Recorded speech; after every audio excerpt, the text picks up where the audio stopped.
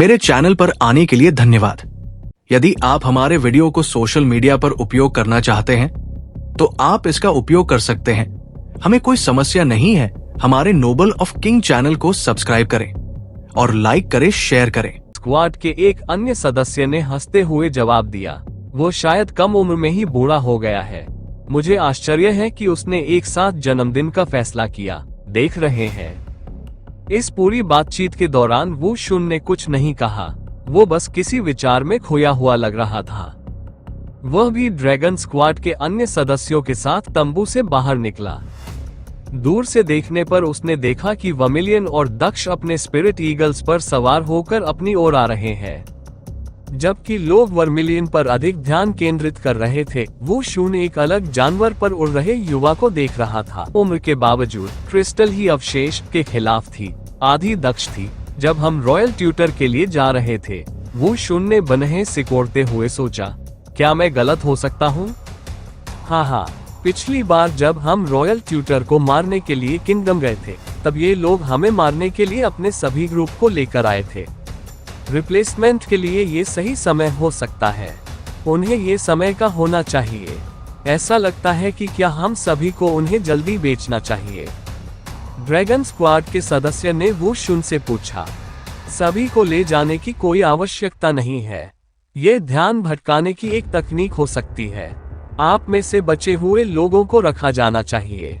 हम में से बाकी लोगों को मारने के लिए वहां जाएं। वो शुन ने सभी को ले लिया जाने का जोखिम उठाने से इनकार करते हुए की घोषणा की।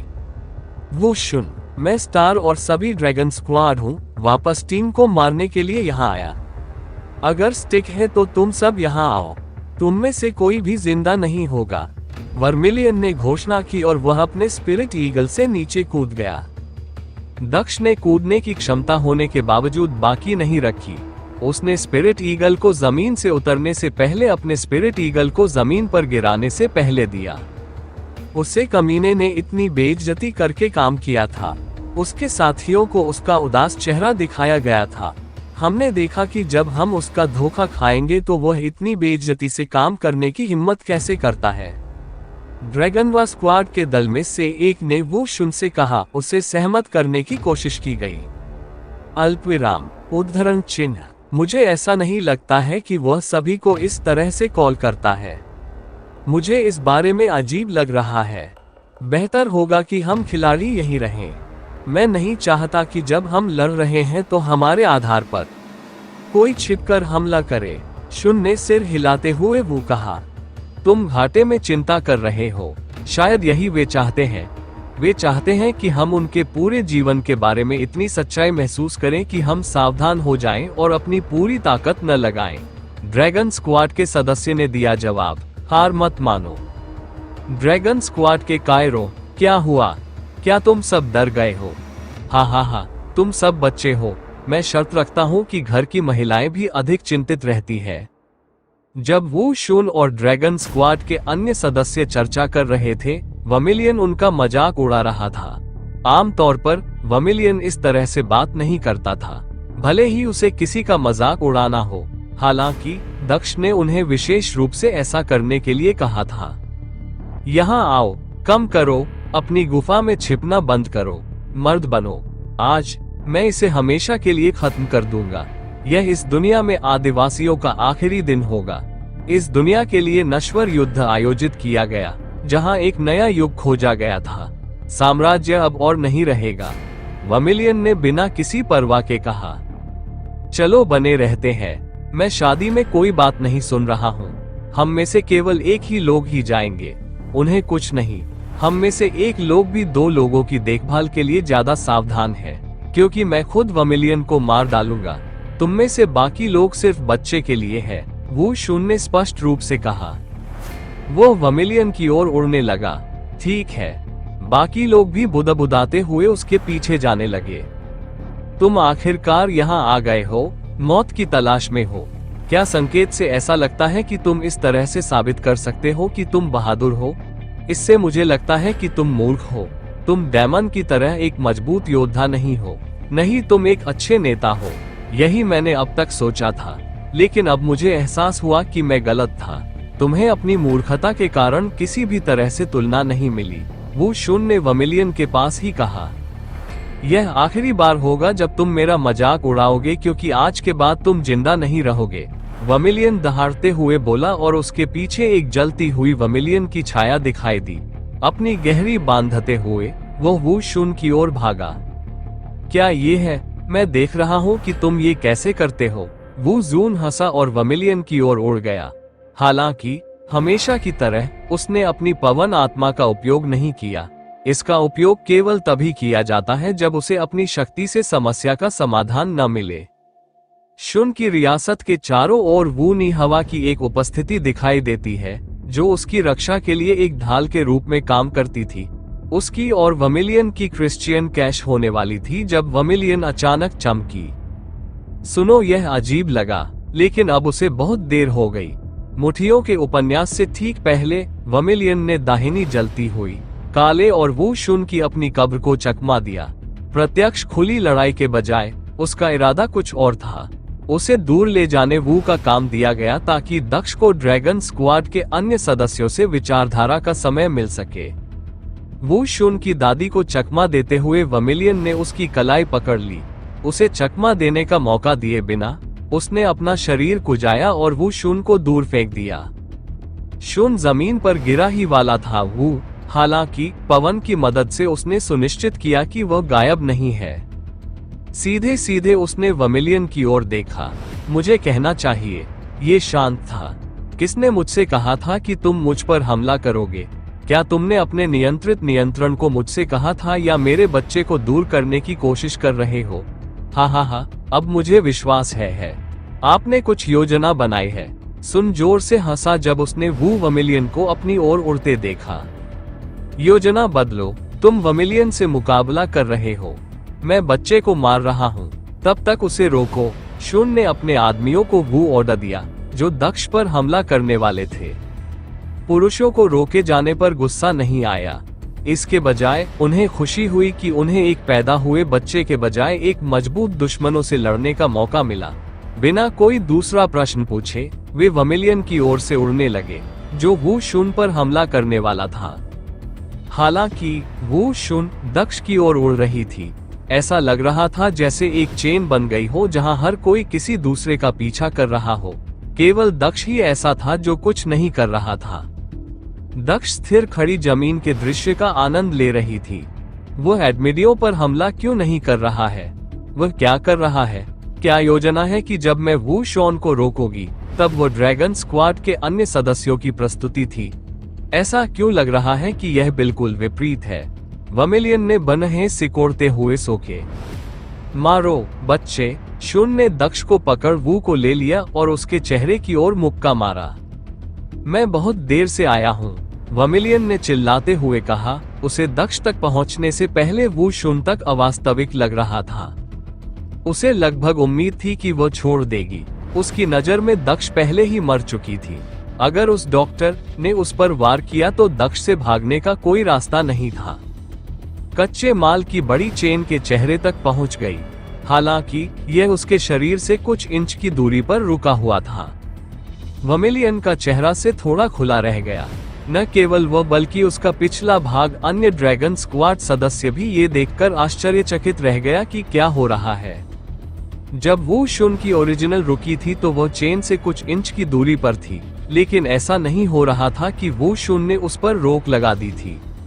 वू शुन भी उतना ही हैरान लग रहा था। आपको वाकई दुश्मन को कम नहीं आंकना चाहिए, मास्टर शुन। अपनी युद्ध भावना का इस्तेमाल न करने से आपको कुछ भी करने का मौका मिलने से पहले ही मौत का सामना करना पड़ सकता है, दक्ष ने वू शुन की आंखों में देखते हुए कहा। उसका दाहिना हाथ वू शुन की मुट्ठी को पकड़े हुए था। उसे 1 इंच भी हिलने नहीं दे रहा था। अपनी बाईं मुट्ठी बांधकर दक्ष ने उसे घुमाया और वू शुन के दाहिने गाल पर मारा, जिससे वह दूर उड़ गया। तुमने मेरी बहुत मदद की, लेकिन मुझे यही रास्ता अपनाना है, दक्ष ने सोचा और उसने वू शुन का पीछा करने के लिए अपनी चाल कौशल का इस्तेमाल किया। हालांकि वो टेलीपोर्टेशन का उपयोग करके तुरंत वू शुन के पीछे जा सकता था और इससे लड़ाई बहुत आसान हो जाती, लेकिन उसने ऐसा नहीं किया क्योंकि वह अच्छी तरह जानता था कि ड्रैगन स्क्वाड को यह एहसास हो जाएगा कि वह दक्ष ही था जिसने युद्ध का कारण बना था। चूंकि वो टेलीपोर्ट करने में सक्षम था, इसलिए उसने अपने मूवमेंट कौशल का उपयोग करना बंद कर दिया था। हालांकि इन स्थितियों में उसे अपने पुराने कौशल का उपयोग करने की आवश्यकता थी। अपने पुराने चाल कौशल का उपयोग करते हुए वह वू शुन के पास आया, जिसने पिछली बार की तरह खुद को संतुलित करने में कामयाबी हासिल की थी। हालांकि जैसे ही वह दक्ष की दिशा में देखने के लिए मुड़ा, उसने देखा कि एक और मुट्ठी उसकी ओर आ रही है। मुट्ठी ने एक बार फिर उसके चेहरे को छुआ, जिससे वह दूर उड़ गया। नई योजना, मैं वू शुन का ख्याल रखूंगा और तुम वही करो जो मुझे करना था। दक्ष ने वर्मिलियन को पुकारा, जो भावशून्य चेहरे वाला था। यह विश्वास करने में असमर्थ था कि दक्ष वास्तव में वू शुन से लड़ रहा था और ऐसा लग रहा था कि वो लड़ाई जीत रहा है। कठपुतली की तरह खड़ी रहना बंद करो और जैसा मैं कहता हूँ वैसा करो। दक्ष गुस्से से दहाड़ा जब उसने देखा कि वर्मिलियन हिल नहीं रही है। दक्ष की डांट सुनकर वर्मिलियन अपनी हैरानी से बाहर आया। तुरंत पीछे मुड़ते हुए वो ड्रैगन स्क्वाड के अन्य सदस्यों की ओर भागने लगा। उसके हाथ आग की लपटों में जल रहे थे, लेकिन उसे कोई नुकसान नहीं हुआ। तारानकन तारानकन तारानकन तारानकन सांस लेने का मौका पाकर जब दक्ष वर्मिलियन से बात करने के लिए रुका, तो वू शुन ने पूछा, आप कौन हैं? मैं अक्ष साम्राज्य का राजा हूँ। आत्मसमर्पण करो और मेरे साथ जुड़ जाओ। मैं तुम्हारे जैसे महान आत्मा योद्धा को खोना नहीं चाहता। यदि तुम मेरे प्रति वफादार रहने की शपथ लेते हो, तो मैं तुम्हें जीवित रहने दे सकता हूँ। दक्ष ने वू शुन को उत्तर दिया, जिसे एक अलग उत्तर की उम्मीद थी। वू शुन ने सोचा था कि दक्ष कहेगा कि वो फीनिक्स संगठन का एक छिपा हुआ योद्धा है, जिसे गुप्त रखा गया था, केवल युद्ध में इस्तेमाल करने के लिए। हालांकि वह राजा था। यह ऐसी चीज नहीं थी जिस यदि आप हमारे वीडियो को सोशल मीडिया पर उपयोग करना चाहते हैं, तो आप इसका उपयोग कर सकते हैं। हमें कोई समस्या नहीं है। हमारे नोबल ऑफ किंग चैनल को सब्सक्राइब करें और लाइक करें, शेयर करें। कि उसने उम्मीद की थी। पिछले राजा, वू शुन ने असमंजस में पूछा। उसे समझ नहीं आ रहा था कि उसने अभी तक किसी नए राजा के बारे में क्यों नहीं सुना। उसने सोचा कि शायद ये हाल ही में हुआ होगा। तुम्हारा क्या निर्णय है? मेरे साथ चलो। राज्यों को एकीकृत करने में मेरी मदद करो। कोई युद्ध नहीं होगा। तुम और तुम्हारा परिवार खुशी से रह सकते हो। तुम्हें 2 राज्यों के विलय से बनने वाले नए राज्य में उच्च पद दिया जाएगा। दक्ष ने उस आदमी को समझाने की कोशिश करते हुए कहा, तुम मुझसे अपने राज्य को धोखा देने के लिए कह रहे हो? तुम मेरी वफादारी को बहुत हल्के में लेते हो। छोटे बच्चे, कोई भी असली योद्धा कभी भी अपने राज्य को धोखा नहीं देगा। वू शुन ने जवाब देते हुए कहा, और तुम तो ऐसे बात कर रहे हो जैसे तुम जीत ही चुके हो। हमने तो अभी शुरुआत ही की है। छोटे बच्चे, तुम ताकतवर हो, लेकिन तुमने अभी तक कुछ नहीं देखा है। उसने अपनी मुट्ठी बांधते हुए कहा। एक युद्ध आत्मा जो पक्षी की तरह लग रही थी, उसके पीछे प्रकट हुई, जिसने उसकी आभा को कई गुना बढ़ा दिया। आखिरकार तुमने मेरी सलाह मानने का फैसला कर ही लिया। दक्ष ने हंसते हुए कहा, तुम बढ़ रहे हो। वो शुन बिजली की तरह दक्ष की ओर उड़ा और उसने अपने दाहिने हाथ में एक अदृश्य पवन तलवार बना ली। अपने बाएं हाथ से उसने हवा से बने चाकू दक्ष की ओर फेंके। उसी तेजी से प्रतिक्रिया करते हुए दक्ष अपनी बाईं ओर चला गया। उसकी गति टेलीपोर्टेशन की सीमा के करीब थी। वो शुन ने अपना दाहिना हाथ घुमाया, जिसमें एक अदृश्य तलवार थी, जबकि दक्ष पवन ब्लेडों को चकमा देने पर ध्यान केंद्रित कर रहा था। अब तक सफल रहा। हालांकि दक्ष अदृश्य तलवार को देखने में विफल रहा। उसने दक्ष के सिर को काट दिया, जैसे हवा काट रही हो। हालांकि वो शुन खुश नहीं था। दक्ष का शरीर जमीन पर नहीं गिरा, बल्कि वो हवा में गायब हो गया। बधाई हो, तुम्हारी हवा ने हवा के खिलाफ जीत हासिल कर ली है। वो शुन ने अपने पीछे एक उपहासपूर्ण आवाज सुनी। जैसे ही उसने दक्ष के शरीर को गायब होते देखा, जैसे कि वो एक मृगतृष्णा थी। वो पीछे मुड़ा, हालांकि तब तक बहुत देर हो चुकी थी। एक बर्फीले नीले रंग का ब्लेड उसके बगल में आया, जो उसके सिर को धड़ से अलग करने के लिए दहाड़ रहा था। वो शुन ने अपनी आंखें बंद कर ली, जैसे कि उसने पहले ही हार मान ली हो। वह मौत के लिए तैयार था। हालांकि वह मौत नहीं आई जिसकी उसे तलाश थी। उसे अपनी गर्दन के आसपास कोई दर्द महसूस नहीं हुआ। धीरे से अपनी आंखें खोलकर उसने देखा कि दक्ष उसके सामने खड़ा है और उसे देख रहा है। ज्वलंत बर्फ की तलवार उसकी गर्दन से सिर्फ 1 इंच की दूरी पर थी। तुम अभी नहीं मरी हो। इसे इस राज्य के वू शुन की मौत के रूप में क्यों न लिया जाए। तुम्हारा जीवन अब मेरा है। मेरे लिए काम करो। मैं वास्तव में तुम्हें मारना नहीं चाहता, दक्ष ने धीरे से कहा। क्यों? बस मुझे मार दो। मैं अपनी जान का कर्जदार नहीं बनना चाहता। इसे खुद ले लो और मुझे आजाद करो। मैं किसी भी कीमत पर अपने राज्य को धोखा नहीं देना चाहता। वू शुन ने कहा, ये कम करके नहीं आंकते हुए कि दक्ष उसे क्यों नहीं मार रहा था।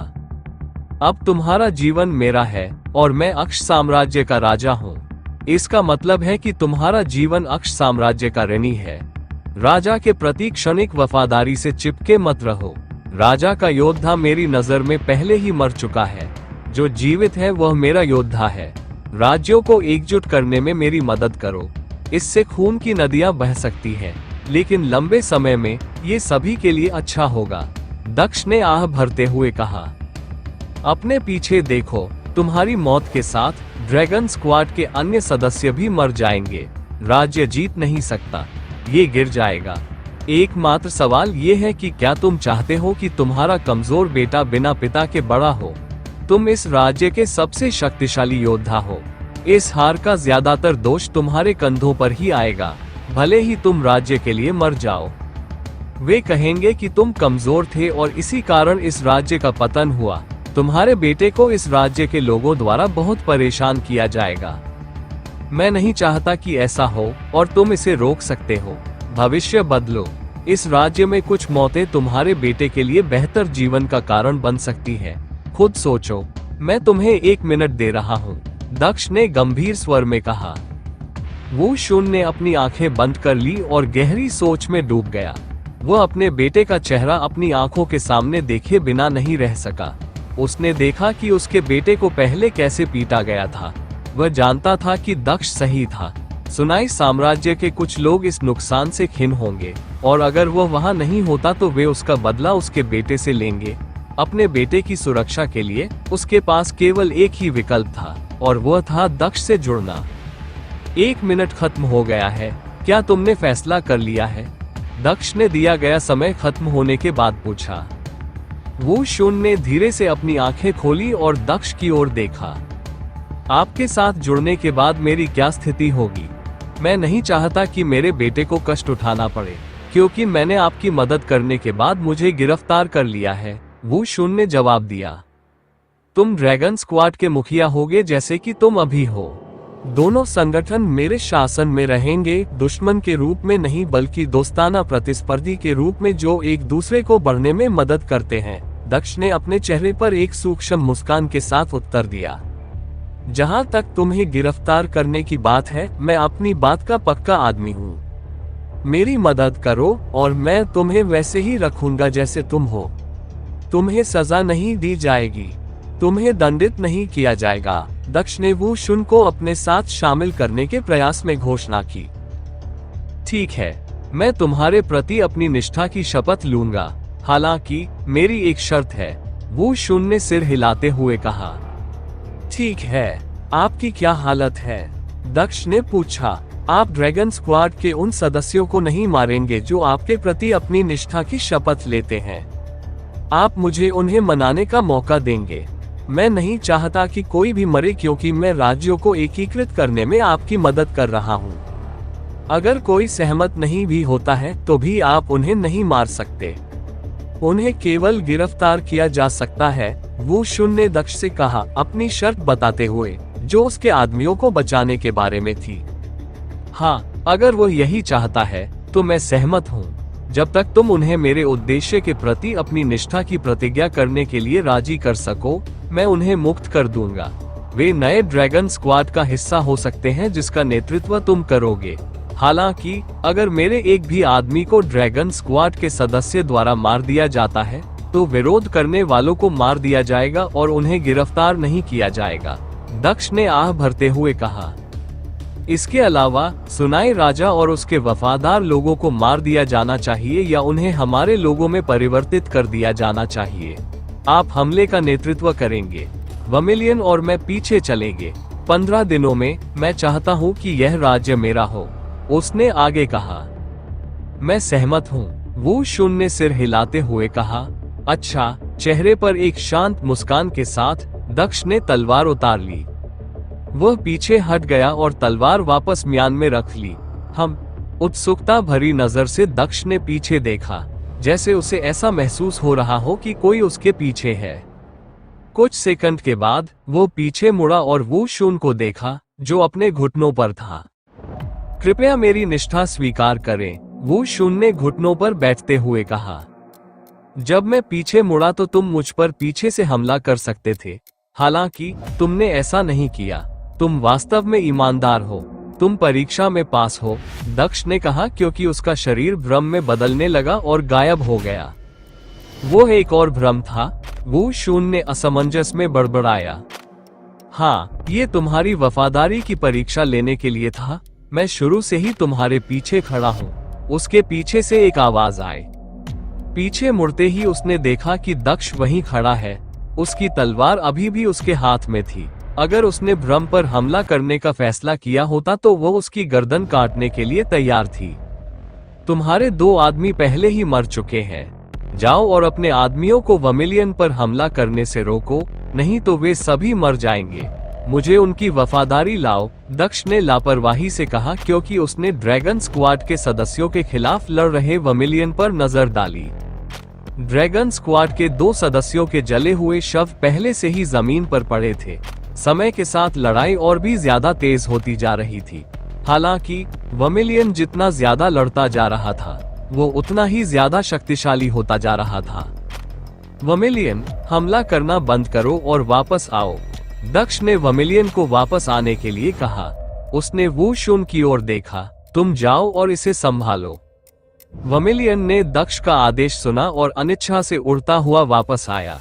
वह इस समय में केवल 3 ड्रैगन स्क्वाड सदस्यों को मारने में कामयाब रहा था और वह और भी अधिक लोगों को मारना चाहता था। हालांकि वह नए राजा के आदेश की अनदेखी नहीं कर सकता था। वो वापस आया और दक्ष के पास उतरा, हमला करने के लिए तैयार। उसने सोचा कि दक्ष को वू शुन से निपटने में कठिनाई हो रही है, इसलिए वह वू शुन पर हमला करना चाहता था। रुको, वह अब हमारे पक्ष में है। वह 2 राज्यों को एकीकृत करने के हमारे अभियान में तुम्हारा साथी होगा, दक्ष ने घोषणा की और उसने फ्लैश स्टेप्स का उपयोग करते हुए वर्मिलियन और वू शुन के बीच आकर उसे रोक दिया। वह हमारे साथ शामिल होने के लिए सहमत हो गया। क्या बात है, ये कैसे संभव हो सकता है? वर्मिलियन ने आश्चर्य से कहा जब उसने वू शुन को उड़ते हुए देखा। वर्मिलियन ड्रैगन स्क्वाड के सदस्यों के सामने रुक गया, जो वर्मिलियन का पीछा कर रहे थे।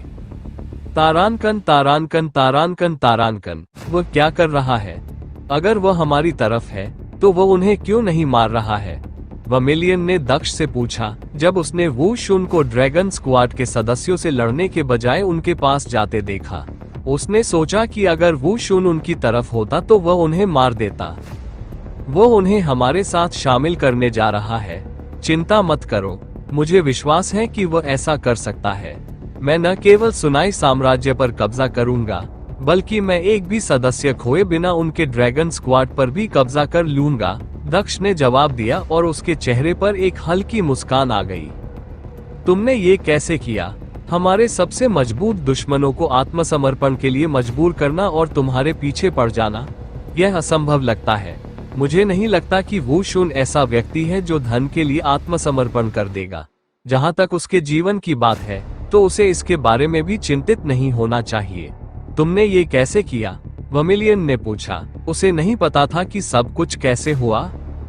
लोगों में मृत्यु के भय के अलावा और भी कई कमजोरियां होती है। तुम्हें ये बेहतर पता होना चाहिए क्योंकि तुम खुद भी ऐसी ही एक कमजोरी में फंसे हुए थे, दक्ष ने जवाब दिया और वर्मिलियन को उन डरों के बारे में याद दिलाया जो उसे रॉयल ट्यूटर की इच्छा के विरुद्ध जाकर दक्ष की मदद करने से रोकते थे। कुछ मिनटों के बाद वू शुन अपने पीछे 6 ड्रैगन स्क्वाड सदस्यों के साथ वापस आया। वे आत्मसमर्पण करने के लिए सहमत हो गए हैं। बाकी लोग नहीं, मैंने उन्हें बेहोश कर दिया है। उन्हें गिरफ्तार किया जा सकता है। सब कुछ खत्म होने के बाद मैं उन्हें सहमत करवा लूंगा। वू शुन ने जमीन पर पड़े बेहोश शवों की ओर इशारा करते हुए दक्ष को बताया। ये पता चलने के बाद कि वू शुन ने पक्ष बदल लिया है। ड्रैगन स्क्वाड के सदस्य जो उसके प्रति वफादार थे, उन्होंने भी ऐसा ही करने का फैसला किया। जहां तक दूसरों की बात है, उन्होंने डर के मारे पक्ष बदलने का फैसला किया, क्योंकि उन्हें पता था कि ऐसा न करने से उनकी मौत ही होगी। जब वर्मिलियन और वू शुन एक साथ लड़े तो उनके जीतने का कोई रास्ता नहीं था। जो कोई भी जीवित रहना चाहता था उसके लिए यह एक बुरे सपने जैसा था। जिन लोगों ने राज्य के प्रति वफादारी को किसी और से ज्यादा अहमियत दी, उन्होंने वू शुन के खिलाफ जाने का फैसला किया और अपनी मौत तक युद्ध जारी रखा। वू शुन ने उन्हें तेजी से पीट पीट कर बेहोश कर दिया। हमारी सेना जल्द ही आ रही है, वे उन्हें वापस ले जाएंगे, दक्ष ने बेहोश शवों को देखते हुए कहा। उन्होंने आगे कहा, तब तक आप ड्रैगन स्क्वाड के बाकी सदस्यों से निपट सकते हैं, क्योंकि उनमें से आधे यहाँ नहीं है। वर्मिलियन, तुम भी उसके साथ चलो। मैं सेना के लिए शवों के साथ यहीं इंतजार करूंगा। जबकि वू शुन सोच रहा था कि दक्ष को कैसे पता चला कि ड्रैगन स्क्वाड के आधे सदस्य पीछे रह गए हैं, दक्ष ने वर्मिलियन से बात करना शुरू कर दिया। वर्मिलियन और वू शुन एक साथ ड्रैगन स्क्वाड के बेस की ओर उड़ चले, जबकि दक्ष वहीं इंतजार कर रहा था। अगर मैं इस दुनिया से जाने के बाद ड्रैगन स्क्वाड द्वारा विद्रोह किया जाता है तो उन्हें जीवित छोड़ना एक समस्या हो सकती है, दक्ष ने शवों को देखते हुए कहा। यह मीलियाई के लिए अच्छा नहीं होगा। ऐसा लगता है कि राजा बनने के बाद मुझे वू शुन से किया अपना वादा तोड़ना पड़ेगा। जो लोग आत्मसमर्पण नहीं करेंगे वे मर जाएंगे, दक्ष ने जमीन पर पड़े बेहोश शवों को देखते हुए बुदबुदाया। उन्होंने मुस्कुराते हुए कहा, जब तक समय नहीं आता मैं अपनी सारी ताकत लगा दूंगा, ताकि बिना किसी जोखिम के, बिना किसी चुनौती के मैं आसानी से नियंत्रण हासिल कर सकूं। जब वह इंतजार कर रहा था तो उसने दूर से अपनी सेना को अपनी ओर आते देखा। उसने यही बात उनसे कही थी क्योंकि उसे उम्मीद थी कि ड्रैगन स्क्वाड के सदस्य अब तक आत्मसमर्पण कर चुके होंगे। हालांकि उसने कहा कि वह उन सभी को क्रूर बल से मारने के लिए यहाँ आया है, लेकिन उसकी असल योजना ड्रैगन स्क्वाड को अपनी सेना का हिस्सा बनाने की थी। चूंकि वह जानता था कि लोग यह मानने के लिए अधिक इच्छुक होंगे कि वह एक अंतिम हमले में उन्हें मार डालेगा, इसलिए ड्रैगन स्क्वाड के आत्मसमर्पण की संभावना कम होगी, इसलिए उसने उन्हें नहीं बताया। उसके दिमाग में उसकी दूसरी योजना के बारे में संदेह और प्रतिरोध उस योजना के बारे में जितना था उससे कहीं ज्यादा होने वाला था। इसे ध्यान में रखते हुए उसने अपनी वास्तविक योजना को छिपाने का फैसला किया। सब कुछ इस तरह से व्यवस्थित किया कि सब कुछ स्वाभाविक रूप से हो।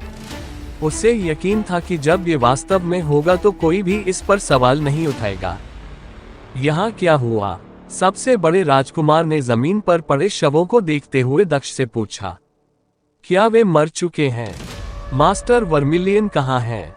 वह वू शुन को चीजों को संभालने में मदद कर रहा है। जहां तक उनका सवाल है, वे केवल बेहोश हैं। वे अब से हमारे कैदी होंगे, दक्ष ने जवाब दिया और जमीन पर पड़े शवों की ओर इशारा करते हुए सबसे बड़े राजकुमार को चौंका दिया।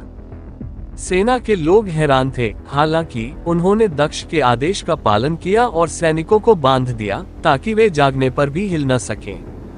मैं आगे जा रहा हूँ, तुम लोग पीछे आ सकते हो। जो सैनिक आत्मसमर्पण नहीं करते उन्हें मार डालो और जो आत्मसमर्पण करते हैं उन्हें गिरफ्तार कर लो। अभी सिर्फ ड्रैगन स्क्वाड के सदस्यों को ही हमारे साथ आने की अनुमति है। दक्ष ने अपने स्पिरिट ईगल को बुलाने से पहले सबसे बड़े राजकुमार को एक संक्षिप्त जानकारी दी। स्पिरिट ईगल पर बैठकर वह सुनाई साम्राज्य के शाही शहर की ओर उड़ गया। ड्रैगन स्क्वाड के बेस के ऊपर उतरते हुए उसने देखा कि कुछ बेहोश लोग जमीन पर पड़े हैं, जबकि वू शुन कुछ लोगों से बात कर रहा था। वर्मिलियन पीछे खड़ा था और सब पर नजर रख रहा था।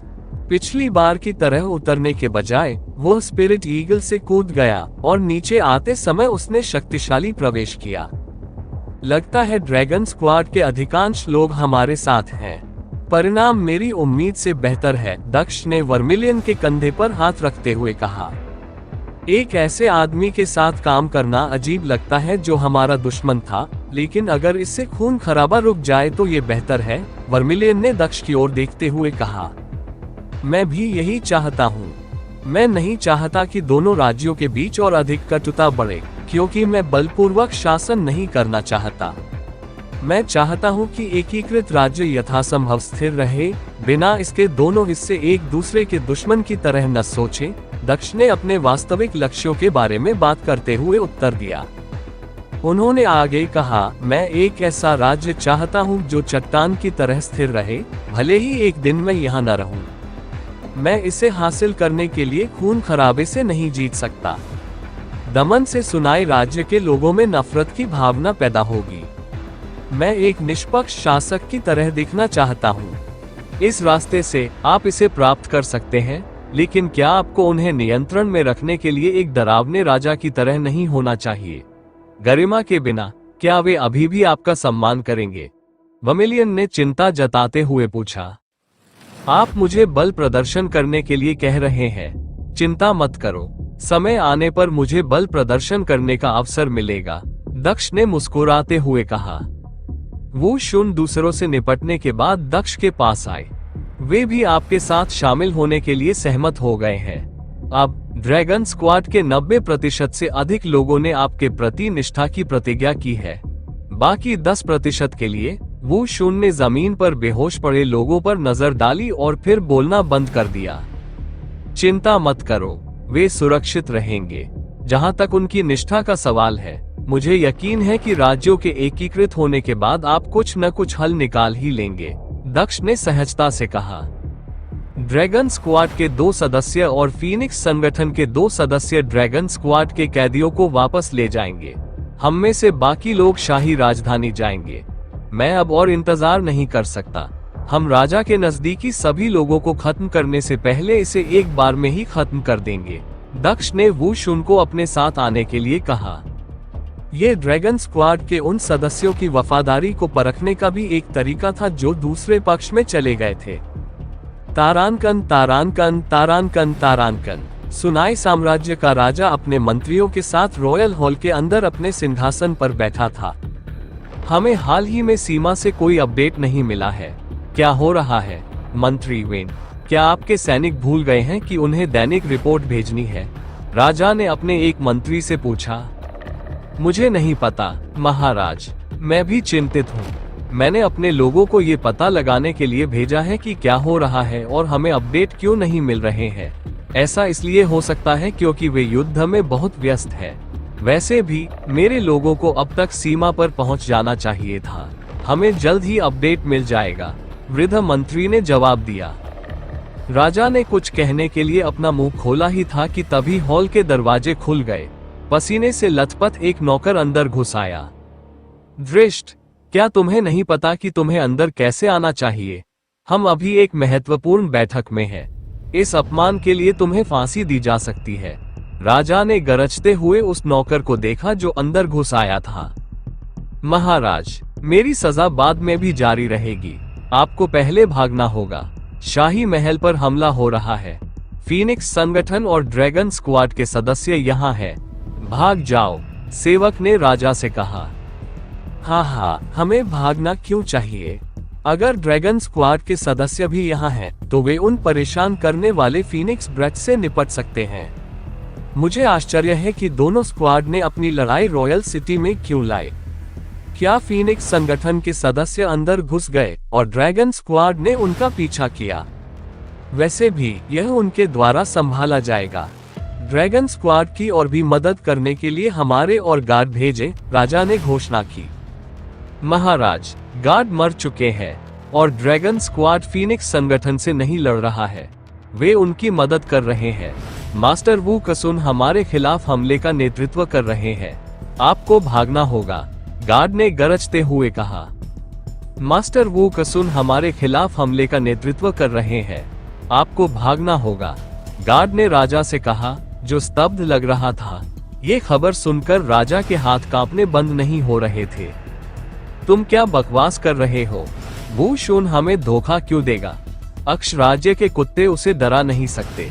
जहां तक उसके विश्वासघात की बात है, तो ये सवाल ही नहीं उठता। वो शुरू से ही हमारे प्रति वफादार रहा है। वो उस राज्य को धोखा क्यों देगा जिसके जीतने की संभावना सबसे ज्यादा है। मंत्रियों में से एक खड़ा हुआ। उसने गार्ड की ओर उंगली उठाई। उसकी बातों पर विश्वास करने से इनकार कर दिया। देखिए, वो झूठ नहीं बोल रहा है। इससे पहले कि गार्ड जवाब दे पाता, उसके पीछे से एक आवाज आई। पीला चेहरा लिए गार्ड ने पीछे मुड़कर देखा तो एक काले बालों वाला लड़का राजा जैसी पोशाक पहने हुए पूरी गरिमा के साथ हॉल के अंदर चला आ रहा था। उनके बाईं ओर ड्रैगन स्क्वाड के नेता वू शुन खड़े थे, जबकि उनकी दाईं ओर फीनिक्स संगठन के नेता वर्मिलियन खड़े थे। और भी लोग पीछे पीछे आए। वू शुन अब मेरे पक्ष में है। ईमानदारी से कहूँ तो मैं दोनों राज्यों को एकीकृत नेतृत्व में विलय करना चाहता हूँ। इसके लिए आपको मरना होगा। मुझे खेद है, लेकिन ये बलिदान आवश्यक है, दक्ष ने जवाब दिया और वह राजा की ओर चलने लगा। तुम कमीने, तुम्हें महामहिम के पास जाने के लिए मेरी लाश पर चलना पड़ेगा। गार्ड दहाड़ते हुए दक्ष की ओर भागा और अपनी तलवार उसकी छाती की ओर बढ़ा दी। हालांकि तलवार दक्ष के करीब पहुंचने से पहले ही रुक गई। गार्ड ने अपनी दाहिनी ओर देखा तो वहां वू शुन खड़ा था। मास्टर शुन, ऐसा मत करो, गार्ड ने बड़बड़ाते हुए कहा। राज्य के प्रति उसकी वफादारी को याद दिलाते हुए वू शुन को उसे मारने से रोकने की कोशिश की। हालांकि इससे पहले कि वह अपनी बात पूरी कर पाता, उसका गला एक अदृश्य पवन ब्लेड से कट गया। पहरेदार ने अपनी तलवार छोड़ी, जो जमीन पर गिर गई। वू शुन ने भी उसी समय अपना हाथ छोड़ दिया। गार्ड ने उसके अगले पैर को पकड़ा, जिससे खून बह रहा था और वह जमीन पर गिर गया था। उसकी आंखें लाल हो गई थी और उसकी आंखों में आंसू भर आए थे। वू शुन ने उस आदमी की ओर देखा और कहा, मैंने पहले ही एक पक्ष चुन लिया है और मैं इस बार विश्वासघात नहीं करूंगा। दक्ष मुस्कुराया और राजा की ओर चलने लगा। वू शुन की ट्रेनिंग रंग लाई। उसे रास्ते में शहर के नेताओं को मारने के लिए मजबूर करने से उसके लिए सुनाई साम्राज्य की तरफ होने के बारे में सोचना भी असंभव हो गया। अपने ही लोगों को मारने के अनुभव के बाद कुछ और लोगों को मारना कोई बड़ी बात नहीं है। यह अच्छा है कि इस आदमी ने मुझसे सभी को जिंदा छोड़ने के लिए नहीं कहा। ऐसा लगता है कि सिर्फ ड्रैगन स्क्वाड के सदस्य और उसका बेटा ही वो लोग हैं जिनकी उससे परवाह है। उसने यदि आप हमारे वीडियो को सोशल मीडिया पर उपयोग करना चाहते हैं तो आप इसका उपयोग कर सकते हैं। हमें कोई समस्या नहीं है। हमारे नोबल ऑफ किंग चैनल को सब्सक्राइब करें और लाइक करें, शेयर करें। जाने से पहले वो शुन के कंधे पर हाथ रखते हुए सोचा। दक्ष के गलियारे में आगे बढ़ने पर भी मंत्री नहीं हिले। वे राजा के लिए अपनी जान जोखिम में नहीं डालना चाहते थे। मैं बलपूर्वक सत्ता पर कब्जा नहीं करना चाहता। मैं इसके लिए नागरिकों की शत्रुता नहीं चाहता। आप मुझे अपने दम पर राजा क्यों नहीं बना देते? इससे एकीकरण सरल हो जाएगा। दक्ष ने राजा से पूछा, जब वह उससे 5 फीट दूर रुका। तुम कौन हो? राजा ने खड़े होकर दक्ष को घूरते हुए पूछा। हाँ, ठीक है, मैं परिचय कैसे भूल सकता हूँ? दक्ष ने कहा, मानो वो इतनी महत्वपूर्ण बात भूलने के लिए खुद को दोषी मान रहा हो। मैं अक्ष साम्राज्य का नया राजा हूँ, उसने घोषणा की और फिर उसने राजा की ओर लक्ष्य करके ज्वलंत बर्फ की तलवार निकाली। अब क्या तुम राज्य सौंप दोगे या मैं स्वयं तुम्हें मार डालूं? उसने गंभीर स्वर में कहा। राजा को पता नहीं था कि ऐसा क्यों हुआ, लेकिन जब दक्ष बात कर रहा था तो उसे ऐसा महसूस हो रहा था जैसे वह अपने चारों ओर एक भयावह आभा देख रहा हो, जैसे वह स्वयं मृत्यु का देवता हो। मैं तुम्हें एक और विकल्प भी दे सकता हूँ। साबित करो कि तुम्हारे लोग तुम्हारे प्रति वफादार हैं। अगर वे वफादार हैं, तो इसका मतलब है कि एकीकरण के बाद मुझे मुश्किलों का सामना करना पड़ेगा। अगर तुम उनकी वफादारी साबित कर सकते हो, तो हम एक नए समझौते पर पहुंच सकते हैं। तुम अभी भी राजा रहोगे और मैं अक्ष साम्राज्य वापस चला जाऊंगा ताकि हमारे बीच कोई खराब रिश्ता न रहे। दक्ष ने राजा से कहा और आह भरी। वू शुन ने ये सुना और भी हैरान हो गया। अब तक उसने राज्य पर विजय प्राप्त किए बिना वापस जाने की इस योजना के बारे में कुछ भी नहीं सुना था। दक्ष को क्या हुआ? क्या उसे लग रहा था कि वह गलत था और यथास्थिति पर वापस जाने की कोशिश कर रहा था? उसे कुछ भी समझ नहीं आया। राजा भी हैरान था, लेकिन उसे लगा कि दक्ष की बातें सही थी। वो एक नया राजा था, जाहिर है वो अपनी क्षमता से ज्यादा लेने से डरता होगा। उसका मानना था कि दक्ष उस राज्य को जीतना नहीं चाहता था जो अपने राजा से प्यार करता हो, शायद वो सिरदर्द नहीं चाहता था। राजा को लगा कि उसे एक बहुत अच्छा अवसर मिल गया है, इसलिए उसने ऐसा करने का निर्णय लिया। राजा ने कहा, बेशक मेरे नागरिक मेरे प्रति वफादार हैं, वे मेरा बहुत सम्मान करते हैं। बेशक तुम्हें इसे साबित करना होगा। मैं सिर्फ तुम्हारे शब्दों पर भरोसा नहीं कर सकता। वफादारी शब्दों से नहीं बल्कि काम से दिखती है, दक्ष ने सिर हिलाते हुए जवाब दिया। राजा ने असमंजस में पूछा, आप चाहते हैं कि मैं इसे सिद्ध करने के लिए क्या करूं? ये सरल है। इस कमरे में 6 मंत्री हैं। जब तक आप उनमें से 3 को आत्महत्या करने के लिए राजी कर सकते हैं, तब तक मैं मानूंगा कि लोगों की आपके प्रति वफादारी बहुत अधिक है, दक्ष ने घोषणा की। दक्ष की बातें सुनकर मंत्रियों के चेहरे पीले पड़ गए। इसका सीधा मतलब था कि दक्ष को इस राज्य को आजाद कराने के लिए उनमें से आधे लोगों को मरना होगा। आप उनमें से किसी पर भी बल प्रयोग नहीं कर सकते और आप उन्हें छू भी नहीं सकते। जब तक वे स्वेच्छा से ऐसा करते हैं, मैं चला जाऊंगा, दक्ष ने आगे कहा। अब चलो और यह काम करो। अगर तुम असफल हुए तो मैं तुम्हें मार डालूंगा, उसने कहा। राजा ने अपनी मुट्ठी भींच ली और सिंहासन से उतरकर प्रथम मंत्री की ओर जाने लगा। मंत्री ने राजा को अपनी ओर आते देख अपना सिर नीचे कर लिया था। जैसे ही राजा सिंहासन से दूर चला गया, दक्ष उस पर बैठ गया और खुद को आराम से बैठा लिया। वह आराम से बैठा हुआ उन घटनाओं को देख रहा था जो उसके सामने घटित होने वाली थी। सिंदूर चला आया और एक वफादार रक्षक की तरह उसके पास खड़ा हो गया। वो शुन वहीं खड़ा था। अगर उन्होंने कुछ करने की कोशिश की तो वह कार्रवाई करने के लिए तैयार था। वो लापरवाही नहीं करना चाहता था। मंत्री वेई, आप जानते हैं कि हमारा राज्य खतरनाक स्थिति में है। आपके कार्य हमें नष्ट होने से बचा सकते हैं। कृपया हमारे राज्य के लिए अपना जीवन दे दीजिए, राजा ने प्रथम मंत्री से पूछा। मैं माफी मांगता हूँ महाराज। आप जानते हैं कि मेरी पत्नी पिछले साल मर गई थी और मेरा एक छोटा बेटा है। मैं उसे मरकर अनाथ नहीं होने दे सकता। कृपया मुझे माफ कर दे। अगर मेरे पास देखभाल करने के लिए कोई बेटा नहीं होता तो मैं बिना किसी हिचकिचाहट के ये कर लेता, मंत्री ने अपना सिर हिलाते हुए जवाब दिया। उसने राजा के लिए अपनी जान देने से इनकार कर दिया। राजा का चेहरा पीला पड़ गया, हालांकि उसने कुछ नहीं किया। दक्ष के अनुसार वह किसी पर दबाव नहीं बना सकता था। ये देखकर कि उसे अभी भी और लोगों से पूछना है, वो दूसरे व्यक्ति के पास चला गया। मंत्री गु, आपकी कोई पत्नी या बच्चा नहीं है। आप कभी भी पीछे नहीं हटेंगे। आप राज्य के लिए ऐसा कर सकते हैं। कृपया हमारे राज्य की समृद्धि के लिए अपना जीवन दे दीजिए, राजा ने दूसरे मंत्री से कहा। हाँ, यह सही है। मेरा कोई परिवार नहीं है, लेकिन इसका मतलब ये भी है कि मेरे पास अपना वंश आगे बढ़ाने वाला कोई नहीं है। मैं अपना वंश आगे बढ़ाने से पहले मर नहीं सकता। मैं अभी भी शादी करना चाहता हूँ और बच्चे पैदा करना चाहता हूँ। अगर मैं मर गया तो मैं ये कैसे कर पाऊंगा? कृपया मुझसे ऐसा करने के लिए न कहें। मैं आपके लिए अपनी जान देने में असमर्थ हूँ। महामहिम, मंत्री यू से पूछिए, वो निश्चित रूप से सहमत होंगे, दूसरे मंत्री ने जवाब दिया, लेकिन ऐसा करने से भी इनकार कर दिया। हाँ, तुम्हारे प्रति इतनी वफादारी, मुझे लगने लगा है कि तुम्हें अगवा करने के बाद अब कोई परेशानी नहीं होगी। दक्ष जोर से हंसा, ये देखकर कि उसके सामने क्या हो रहा था। यह वही था जिसकी उसने भी उम्मीद की थी। तुम कमीने, तुम गद्दार हो, मैं तुमसे बाद में निपट लूंगा। राजा दक्ष पर अपना गुस्सा नहीं निकाल सकता था, इसलिए उसने अपना सारा गुस्सा दूसरे मंत्री पर निकाल दिया जिसने उसकी मदद न करने का फैसला किया था। वो तीसरे व्यक्ति के पास चला गया। मंत्री यू, आप इस राज्य के सबसे वफादार व्यक्ति हैं। कृपया, राजा विनती करने ही वाला था, लेकिन मंत्री यू ने उसे रोक दिया। महाराज, आपको मुझसे पूछने की जरूरत नहीं है।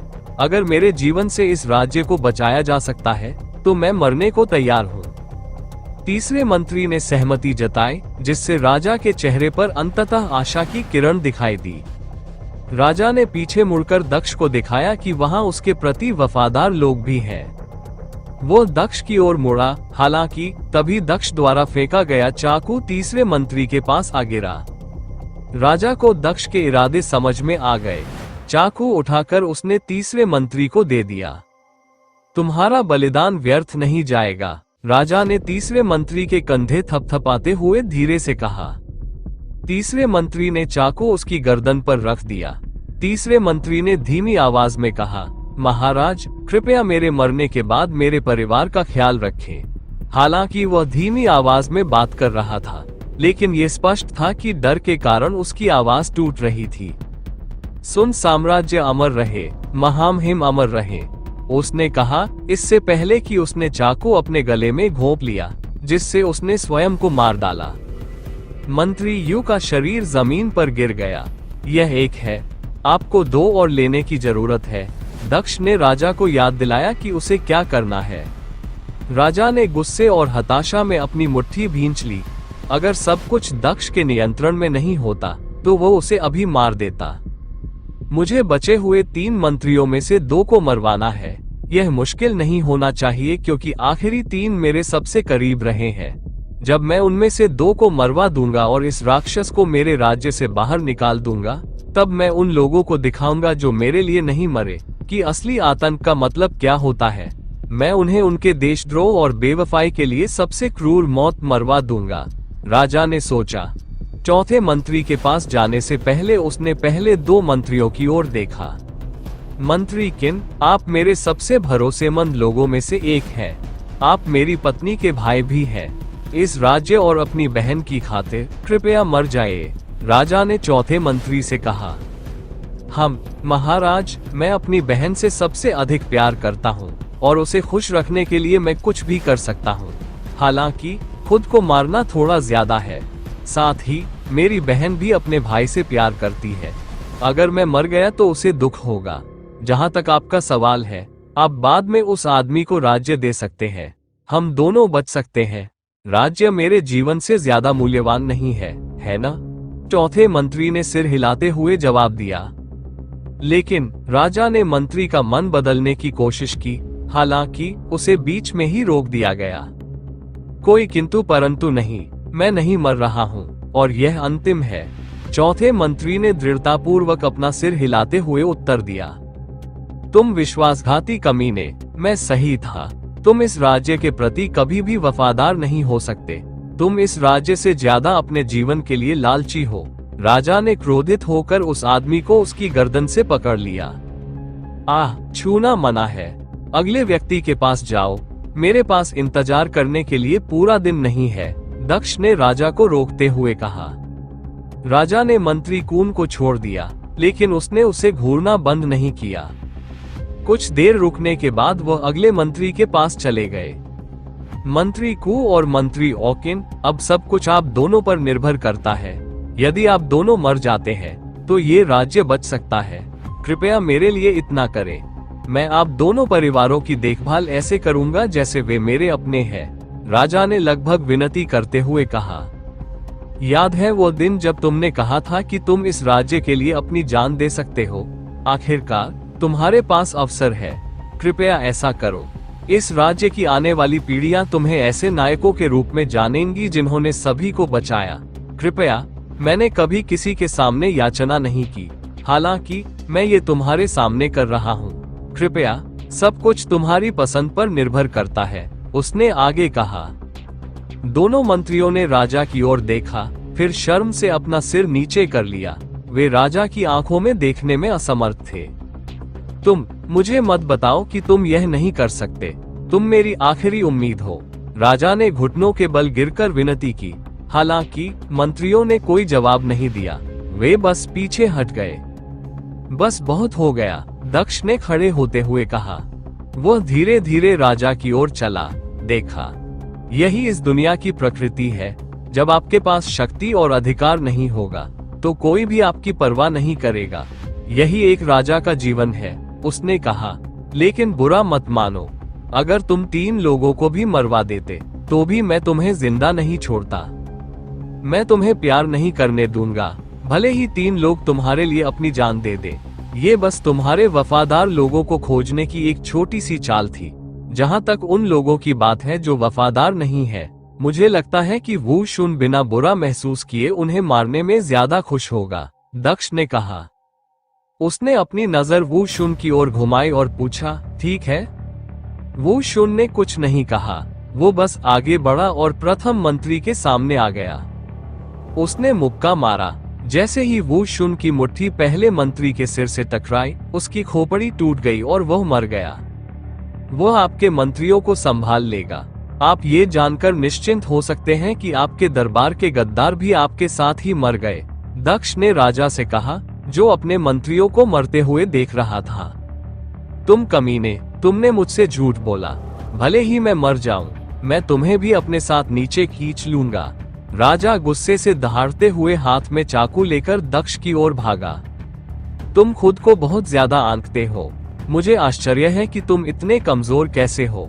सुनाई साम्राज्य ज्यादा ताकतवर था, लेकिन उसके राजा के पास मेरे जैसी बेकार पर्पल मिस्ट स्पिरिट थी। अक्ष साम्राज्य कमजोर था, लेकिन उनका राजा उनके साम्राज्य में सबसे ताकतवर था। दोनों साम्राज्य बहुत विरोधाभासी हैं, दक्ष ने अपना सिर हिलाते हुए कहा, मानो उसे हिलने की कोई जल्दी नहीं थी। उसने राजा को अपने पास आने दिया। तभी एक छाया अंतरिक्ष और समय के माध्यम से राजा की गर्दन को काटती हुई आगे बढ़ी। राजा की आंखें चौड़ी हो गईं और वह जमीन पर गिर पड़ा। वो दक्ष की तेजी से हैरान था। दक्ष की तलवार इतनी तेजी से चली कि सुनाई राजा को मरते समय अपनी आंखों के सामने केवल एक छाया दिखाई दी। आपकी मृत्यु दोनों राज्यों के बीच लंबे समय से चली आ रही हिंसा और शत्रुता को रोकने में अंतिम शांति होगी। आपको खुश होना चाहिए कि आपकी मृत्यु आपके राज्य के लिए इतनी उपयोगी है, दक्ष ने राजा के शरीर को देखते हुए कहा। वो पीछे मुड़कर सिंहासन की ओर चला गया। जब तक वह सिंहासन पर बैठा, मंत्री मर चुके थे। केवल दक्ष के आदमी कमरे में खड़े थे। ये खत्म हो गया है। वू शुन, तुम सुनाई साम्राज्य के भीतर सब कुछ संभालने के प्रभारी हो। जाओ और सभी को और नए राजा और एकीकरण को बताओ। वर्मिलियन, तुम अक्ष साम्राज्य जाओ और वहां खुशखबरी सुनाओ। 2 सप्ताह में मेरा आधिकारिक राज्याभिषेक होगा। ये संघ को दर्शाने के लिए 2 राज्यों के बीच सीमावर्ती शहर में होगा। तैयारी से निपटो, दक्ष ने घोषणा की। वू शुन और वर्मिलियन की ओर देखते हुए उन्हें जाने का इशारा किया। मैं बाहर जा रहा हूँ, तब तक वापस आ जाऊंगा, उसने खड़े होते हुए कहा। हाँ महाराज। वू शुन और वर्मिलियन अन्य लोगों के साथ चले गए और दक्ष की सुरक्षा के लिए केवल कुछ लोगों को पीछे छोड़ दिया। मुझे सुरक्षा की जरूरत नहीं है, आप लोग भी मदद कर दीजिए, दक्ष ने जाने से पहले अपने गार्डों से कहा। महल से बाहर निकलते हुए उसने अपने आत्मिक बाज को बुलाया और उड़ने लगा। किसी को पता नहीं चला कि वह कहाँ जा रहा है। तारानकन तारानकन तारानकन तारानकन तारानकन। दक्ष लगातार बिना आराम किए उड़ता रहा। उसने अपने अंतरिक्ष के नियम का इस्तेमाल करके दिन में 2 बार 200 किलोमीटर की सीमा के भीतर तुरंत टेलीपोर्ट किया, जबकि उसने अपनी बाकी यात्रा स्पिरिट ईगल पर जारी रखी और अंततः अपने गंतव्य तक पहुंच गया। तुमने खबर सुनी? अक्ष राज्य की सेनाओं ने सुनाई राज्य पर हमला करना शुरू कर दिया है। तुम्हें क्या लगता है कि कौन जीतेगा? बेशक सुनाई साम्राज्य जीतेगा। अक्ष साम्राज्य पिछली बार हार गया था और वे फिर से हारेंगे। सुनाई साम्राज्य पर हमला करने का फैसला करके उन्होंने अपना दिमाग खो दिया है। मुझे यकीन है कि उनका राजा हमला करने के लिए पागल हो गया है। मुझे पक्का पता नहीं है, चूंकि उन्होंने हमला करने का फैसला किया है, इसलिए उनके पास वापसी के लिए कुछ होगा। अगर उनके पास कोई मौका नहीं होता तो वे हमला नहीं करते। दक्ष शहर में घूमता रहा और अपने चारों ओर हो रही बातचीत सुनता रहा। ज्यादातर बातचीत 2 बड़े राज्यों में चल रहे युद्ध के बारे में थी। जाहिर है उनकी जीत और एकीकरण की खबर इस राज्य तक नहीं पहुंची है। दक्ष सीधे उस होटल में गया जहां उसने मी लियाई को छोड़ा था। उसके कमरे के सामने खड़े होकर उसने दरवाजा खटखटाया और पुकारा, माँ। जल्दी ही दरवाजा खुल गया। मी लियाई दक्ष के सामने खड़ी हो गई और उसे कसकर गले लगा लिया। तुम वापस आ गए हो, अब मत जाओ। हमें कुछ नहीं चाहिए, बस यहीं मेरे साथ रहो। उसने दक्ष से कहा। उसकी आवाज टूटती हुई लग रही थी क्योंकि वह भावुक हो रही थी। मुझे भी यही काम मिल गया है। हम यहीं बस सकते हैं। तुम भी अच्छा जीवन जी सकते हो। राज्य के मामलों में पड़ने की कोई जरूरत नहीं है, उसने आगे कहा। वो अभी भी ऐसा ही सोच रही है। माँ वास्तव में देखभाल करने वाली होती है। बहुत बुरा हुआ कि उसका बेटा पहले ही मर चुका है। काश मैं उसके लिए कुछ कर पाता। मुझे उम्मीद है कि मेरे कारण उसे जो नुकसान हुआ है उसकी भरपाई के लिए 2 राज्य पर्याप्त उपहार होंगे। दक्ष ने उसकी बातें सुनकर सोचा, तुम्हारे कारण नुकसान हुआ, तुमने उसके बेटे को नहीं मारा, तुमने कुछ भी नहीं किया, जुन ने दक्ष से कहा, उसके बयान का खंडन करते हुए। सीधे तौर पर तो नहीं, लेकिन जब मैंने उसके बेटे के तौर पर इस मुकदमे में हिस्सा लेने का फैसला किया तो मैंने उसके बेटे की मौत की सजा लिखी। वैसे भी मुझे लगता है कि मैंने उसके लिए इतना कुछ कर दिया है कि मैं अपने तरीके से इसकी भरपाई कर सकता हूँ। दक्ष ने जून को जवाब दिया। माँ, चिंता मत करो, सब कुछ ठीक हो गया है। मैं तुम्हें वापस ले जाने के लिए आया हूँ। अब समय आ गया है कि तुम अपनी सही जगह पर वापस जाओ, उसने मीलियाई से कहा और उसके सिर पर थपथपाया जैसे वो बच्ची हो। चलो चलते हैं। अब समय आ गया है कि हम चले जाएं। अपनी जरूरत की चीजें ले लो, मैं इंतजार कर रहा हूँ। मीलियाई ने दक्ष को आजाद किया और उसकी तरफ देखा। उसने पूछा, सच में सब कुछ खत्म हो गया? हाँ, अब कोई भी हमें चोट पहुंचाने की कोशिश नहीं करेगा। मैं तुम्हें रास्ते में और भी बातें बताऊंगा, दक्ष ने जवाब दिया और उसे उसकी चीजें लाने के लिए अंदर भेज दिया। मीलियाई ने अंदर जाते हुए अपना सिर हिलाया। वो कुछ मिनट बाद वापस आए। वापस आने के बाद उसने दक्ष से कहा, मैंने काम पूरा कर लिया है। दक्ष ने उसका हाथ पकड़ा और होटल से बाहर चला गया। तारानकन तारानकन तारानकन तारानकन। दक्ष होटल से बाहर निकला। वो स्पिरिट ईगल को बुलाने के लिए अपनी स्पिरिट समनिंग बांसुरी लेकर आया।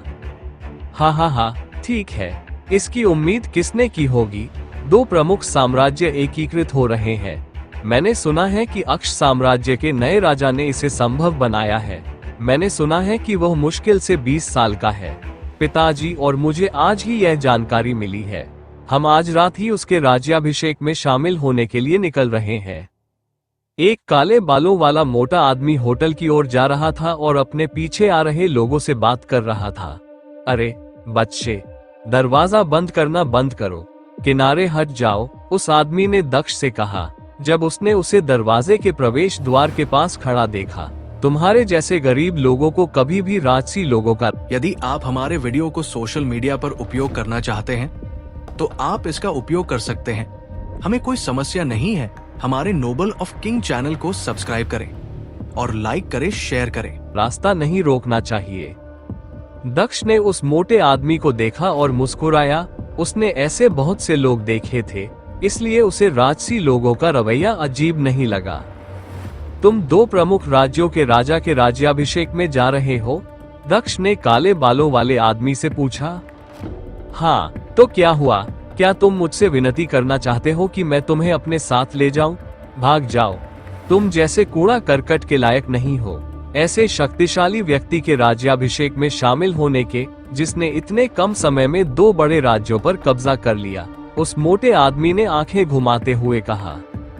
वो दक्ष को नजरअंदाज करते हुए होटल में दाखिल हुआ। क्या तुम उस अनादर के लिए उसे मारना नहीं चाहती? जुन ने दक्ष से पूछा जब वो उसके पास आए। अरे, मैं इतना असहिष्णु नहीं हूँ। साथ ही मुझे लगता है कि उसे जीने देना ज्यादा मजेदार है। साथ ही उसके पास रवैया तो था लेकिन कोई दुर्भावना नहीं थी। उसने मुझे हटाने के लिए अपने आदमियों का इस्तेमाल नहीं किया।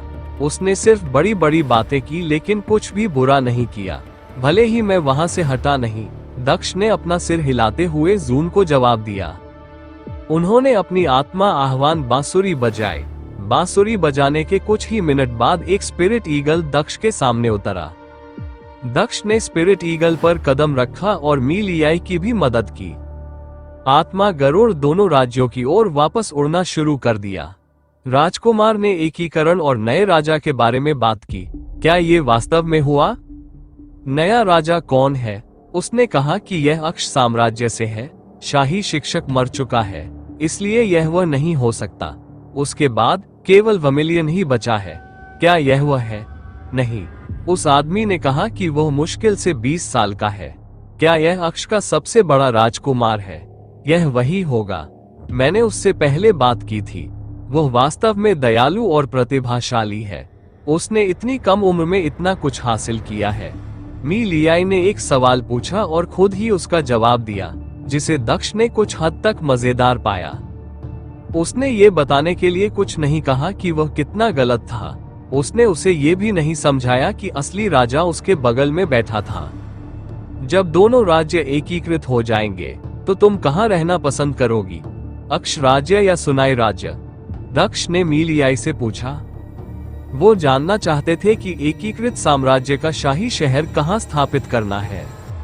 अक्ष हमारा घर है, इसलिए मैं चाहती हूँ कि मैं वहाँ रह सकूं, लेकिन वहाँ के लोग हमसे नफरत करते हैं। अगर हम वहाँ रहेंगे तो तुम्हें तकलीफ होगी। चलो सुनाई साम्राज्य में ही रहते हैं। तुम पहले से ही एक आत्मा योद्धा हो। अगर तुम सेना या दस्ते में शामिल हो जाते हो तो तुम फिर से नागरिकों का सम्मान प्राप्त कर सकते हो, अपने पिता के नाम पर लगे काले धब्बे को मिटा सकते हो। मी लियाई ने जवाब दिया और उसकी आंखों में उदासी की चमक चमक उठी। अक्ष राज्य में कोई भी हमसे नफरत नहीं करता, हम वहीं रहेंगे, दक्ष ने धीरे से मुस्कुराते हुए उससे कहा। वो मी लियाई के साथ उड़ान भरता रहा, रास्ते में केवल उसके लिए भोजन लेने के लिए रुकता रहा। जल्द ही वो सीमावर्ती शहर में पहुंच गया जहां राज्याभिषेक होने वाला था। राज्याभिषेक में अभी 2 दिन बाकी थे। दोनों राज्यों की सेनाएं पहले से ही वहां राज्याभिषेक की तैयारी में जुटी हुई थी, लेकिन मेहमानों के ठहरने के लिए वहां 1 सप्ताह के भीतर ही इमारतें बना दी गईं। यह मेरा बेटा है, वू शुन ने अपने बेटे का परिचय वर्मिलियन से कराया। तुमसे मिलकर अच्छा लगा, छोटे लड़के। मैंने सुना है कि तुम विद्वान बनने जा रहे हो। चूंकि अब कोई युद्ध नहीं होगा, इसलिए विद्वान बनना ही अगला बड़ा काम होगा। कड़ी मेहनत करो, तुम भविष्य के लिए वाकई महत्वपूर्ण होगे। वर्मिलियन ने वू शुन के बेटे की तारीफ करते हुए उसके सिर पर थपथपाया। धन्यवाद मास्टर वर्मिलियन, युवक ने वर्मिलियन को धन्यवाद दिया। क्या मास्टर, आपको इतना सम्मान करने की जरूरत नहीं है, छोटे आदमी। तुम्हारे पिता और मैं साथ मिलकर काम करेंगे। तुम मुझे चाचा कह सकते हो, वर्मिलियन ने जवाब देते हुए हंसते हुए कहा। हम महामहिम हमारे राज्य की रानी माँ के साथ यहाँ है, वर्मिलियन ने दक्ष को देखते हुए कहा। वू शुन ने भौहें सिकोड़ते हुए दक्ष की ओर देखा। वो कुछ बातों को लेकर वाकई उलझन में था। पिछले कुछ दिनों में उसे पता चला कि नया राजा वास्तव में दक्ष था, जो डैमन का बेटा था। इससे वह और भी उलझन में पड़ गया। अगर वह दक्ष था, तो वह युवक कौन था जिसने उन्हें रॉयल ट्यूटर पर हमला करने के लिए मजबूर किया, जिसकी वजह से यह युद्ध शुरू हुआ? वह कौन था जो टेलीपोर्टेशन का इस्तेमाल कर सकता था? शोध के बाद उन्हें पता चला कि नया राजा टेलीपोर्टेशन का उपयोग नहीं कर सकता था। इसके बजाय उसके पास युद्ध की भ्रमात्मक आत्मा थी। उसका चेहरा भी अलग था। वो वही आदमी नहीं हो सकता जिसने ये सब किया। वू शुन ने यही सोचा, लेकिन वो अभी भी संदिग्ध था। दक्ष का स्पिरिट ईगल वर्मिलियन और वू शुन के सामने उतरा। दक्ष मी लियाई के साथ नीचे आया। मी लियाई ने उस युवक को देखा जो वर्मिलियन और वू शुन के बीच खड़ा था, इस तथ्य से अनजान कि वह वू शुन का बेटा था। उसने सोचा कि वह नया राजा है। वह नए राजा को प्रणाम करने ही वाली थी, लेकिन इससे पहले कि वह ऐसा कर पाती, उसने देखा कि वे तीनों उसकी ओर झुक रहे हैं। महाराज, सभी ने दक्ष का अभिवादन किया। दक्ष ने मुस्कुराते हुए पीछे मुड़कर मी लियाई को देखा। उसे उम्मीद थी कि वह चौंक जाएगी, लेकिन वह निराश नहीं हुआ। हाँ ठीक है, मैं बताना भूल गया। मैं नया राजा हूँ जिसने राज्यों को एकीकृत किया है, और अब आप राजमाता हैं। मुझे लगा कि आप मुझ पर विश्वास नहीं करेंगी, इसलिए मैंने आपको खुद देखने दिया। उन्होंने हंसते हुए उसे समझाया। 2 दिन में मेरा राज्याभिषेक होने वाला है। तुम ही मुझे राजतिलक दोगी। जिस राज्य ने तुमसे सब कुछ छीन लिया, अब वह तुम्हारा है।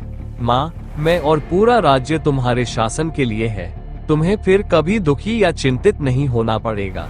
अब दोनों राज्यों में केवल खुशियां ही खुशियां होंगी। उसने माँ की पीठ पर हाथ रखते हुए कहा। वमेलियन, क्या तुम माँ को उस कमरे में ले जा सकती हो जहाँ वह रहेंगी? मैं वू शुन से कुछ बात करना चाहता हूँ। वमेलियन ने वू शुन और दक्ष के बीच आगे पीछे देखा और फिर सिर हिलाया। उसने देखा कि वू शुन कुछ दिनों से अजीब व्यवहार कर रहा था। उसने हस्तक्षेप न करने का फैसला किया और मी लियाई को अपने साथ ले गया। जाओ खेलो, मैं महामहिम से बात करने के बाद वापस आऊंगा, वू शुन ने अपने बेटे से कहा और उसके सिर पर हाथ फेरते हुए दक्ष के साथ चला गया। मैंने देखा कि तुम मुझे अजीब तरह से देख रहे थे, क्या कुछ हुआ था? दक्ष ने वू शुन से पूछा। क्या तुमने ये सब योजना बनाई थी? क्या तुमने हमें शाही शिक्षक पर हमला करने के लिए मजबूर किया? वू शुन ने सीधे पूछा। क्या तुमने ये सब योजना बनाई थी? क्या तुमने हमें शाही शिक्षक पर हमला करने के लिए मजबूर किया? वू शुन ने दक्ष से सीधे पूछा जब वो उसके बगल में चल रहा था। तुम्हारा क्या मतलब है? मैं समझ नहीं पा रहा कि तुम क्या कहना चाह रही हो। दक्ष ने आश्चर्यचकित होने का नाटक करते हुए दक्ष से पूछा। हमने रॉयल ट्यूटर पर हमला किया, ये दक्ष की वजह से था, जिसका मतलब है तुम हमारे पास आए और दावा किया कि तुम अक्ष साम्राज्य से बदला लेना चाहते हो और तुम हम पर हमला करने की उनकी योजना के बारे में जानते हो। तुमने हमें उस रहस्यमयी अंगूठी के बारे में भी बताया जिसका इस्तेमाल वे हम पर हमला करने के लिए करेंगे। मुझे मत बताना कि यह तुम नहीं थे और कोई और तुम्हारा नाम इस्तेमाल कर रहा था, क्योंकि तुम ही हो जिसने इस युद्ध से सबसे ज्यादा फायदा उठाया है। वू शुन ने दक्ष की ओर देखते हुए समझाया। एक उद्धारकर्ता के रूप में आपकी प्रतिष्ठा बढ़ी। गद्दार के बेटे के बजाय आप शाही शहर को बचाने वाले के रूप में जाने गए। आश्चर्य की बात है कि राजा ने युद्ध में शामिल होने से पहले आपको सिंहासन दिया था, लेकिन तब से वह दिखाई नहीं दिया। ये सब थोड़ा बहुत संयोग लगता है, क्या आपको नहीं लगता? उसने आगे कहा। तुम जो कह रही हो वह वाकई चौंकाने वाला है। कौन मेरा होने का दिखावा करेगा? दो लोगों का चेहरा, कद, बाल और शरीर का आकार एक जैसा कैसे हो सकता है? ये बहुत असंभव लगता है। अगर तुमने जो कहा वह सच है तो इसका मतलब है कि कोई और है जो बिल्कुल मेरे जैसा दिखता है। वह एक समस्या हो सकता है, हमें उसे ढूंढना होगा। दक्ष ने अपने चेहरे पर आश्चर्य भरे भाव के साथ कहा। वह जानता था कि वह नकली चेहरे के साथ सुनाई साम्राज्य में गया था, इसलिए वू शुन को यकीन नहीं हो सकता कि वह वही था। वह शायद उसे सच बताने के लिए झांसा दे रहा था। दक्ष ने उसके बाद ड्रैगन स्क्वाड के सामने इस्तेमाल की गई किसी भी क्षमता का इस्तेमाल नहीं किया। उसे यकीन था कि उसने दोनों के बीच कोई संबंध नहीं छोड़ा। नहीं, उसका चेहरा वैसा नहीं था, वो अलग दिख रहा था। वू शुन ने सिर हिलाते हुए जवाब दिया। क्या तो एक अजनबी तुम्हारे पास आया और कहा कि वह मैं हूँ? उसकी बातों पर विश्वास करके तुमने युद्ध छेड़ दिया। आह, तुम सच में बहुत नादान हो। तुम्हें इस बारे में थोड़ा शोध करना चाहिए था कि मैं कैसा दिखता हूँ। अगर तुम जो कह रहे हो वह सच है तो किसी ने तुम्हें बेवकूफ बनाया है। मैं अभी भी समझ नहीं पा रहा हूँ कि कोई ऐसा क्यों करेगा। हो सकता है कि वह वास्तव में अक्ष साम्राज्य का विनाश चाहता था, लेकिन मैंने उसे बचा लिया। तुमने उसे आखिरी बार कब देखा था और वह कैसा दिखता था? दक्ष ने पूछा। मैंने उसे आखिरी बार तब देखा था जब मैं रॉयल सिटी से सीमा की ओर जा रहा था। उसे रॉयल सिटी ऑफ अक्षा को घेरने और उस पर कब्जा करने के लिए दूसरे दस्ते के साथ जाना था, वू जुन ने बताया। जहां तक उसके रूप रंग की बात है, उसका चेहरा गोल था, उसके होंठ पतले थे और उसकी आंखें नीली रंग की थीं। और वू शुन ने रूप का वर्णन किया। रुको, मुझे ऐसा ही कोई व्यक्ति याद है। तुमने जो वर्णन किया है वह बिल्कुल उस व्यक्ति जैसा लगता है जो मेरे युद्ध में शामिल होने और उन सभी को मारने से पहले शाही शहर अक्षा में तुम्हारे हमले का नेतृत्व कर रहा था। अगर मुझे पता होता कि वह मेरा प्रतिरूपण कर रहा है तो मैं उससे कुछ जवाब पाने के लिए उसे जीवित रखता। बहुत बुरा है कि हम कभी नहीं जान पाएंगे कि उसने ऐसा क्यों किया, दक्ष ने विलाप करते हुए कहा। वैसे भी हमें उसे खोजने की जरूरत नहीं है, यह अच्छी बात है, उसने वू शुन के कंधे को थपथपाते हुए कहा। वो वापस जाने के लिए मुड़ा। ओह रुको, मैं तो भूल ही गया। वो अचानक बुदबुदाया और पीछे मुड़कर वू शुन की ओर देखने लगा। मैं भी तुमसे बात करना चाहता था, इसीलिए मैंने तुम्हें यहाँ रोका। तुम्हारी चिंता में मैं ये बात पूरी तरह भूल गया, उसने मुस्कुराते हुए कहा। ये ड्रैगन स्क्वाड के सदस्यों के बारे में है जो जेल में है। मैं चाहता हूँ कि आप उन्हें हमारा समर्थन करने के लिए मनाएं क्योंकि अब सब कुछ खत्म हो चुका है। अगर वे तैयार नहीं है तो उन्हें मार दें। अगर आप ये भी नहीं कर सकते तो मैं खुद ही यह कर लूंगा। मैं इस राज्य की स्थिरता के लिए कोई खतरा नहीं चाहता, जिसने आखिरकार शांति प्राप्त कर ली है और युद्ध न होने की उम्मीद है, उसने वू शुन से कहा। बस इतना ही, उसने कहा और वापस मुड़ा और चला गया। तारानकन तारानकन तारानकन तारानकन। 2 दिन बीत गए और अंततः राज्याभिषेक का दिन आ गया। सीमा पर एक बड़ा मंच तैयार किया गया था जो बहुत भव्य और आलीशान लग रहा था। दक्ष अपने सिंहासन पर बैठा था। वू शुन और वर्मिलियन उसके दाएं और बाएं खड़े थे। बहुत से मेहमान आ चुके थे और बहुत से अभी भी आ रहे थे। पास के राज्य के राजा भी दक्ष का स्वागत करने के लिए आ चुके थे। अक्ष राज्य और सुनाई राज्य दोनों ही 2 ऐसे दिग्गज थे जो किसी भी राज्य को कुचल सकते थे। उनका विलय एक ऐसे ईश्वरीय राज्य को बनाने के लिए पर्याप्त था जो और भी अधिक शक्तिशाली था, और यह उसके राजा का राज्याभिषेक था। कोई भी पड़ोसी राजा उस व्यक्ति का अनादर नहीं करना चाहता था जो तकनीकी रूप से इस महाद्वीप का सबसे शक्तिशाली प्राणी था। ऐसे ही एक राजा अपने बेटे के साथ अपनी गाड़ी से बाहर निकले थे। हम राजा से मिलने जा रहे हैं। ध्यान रखना कि तुम राजा का अनादर न करो, अन्यथा यदि उस व्यक्ति को बुरा लगा तो हमारा राज्य नष्ट हो जाएगा। राजा अपने बेटे को ये शिक्षा देते हुए उस स्थान की ओर बढ़ रहे थे जहां राजाओं और उनके परिवारों को बैठना था। चिंता मत करो पिताजी, मैं उसे भगवान की तरह मानूंगा। हो सकता है कि वह आपसे मुझे गोद लेने की अनुमति भी मांगे। अगर ऐसा हुआ तो हाँ कह देना। उस मोटे ताजे युवक ने, जो उस राजा का बेटा था, हंसते हुए उत्तर दिया।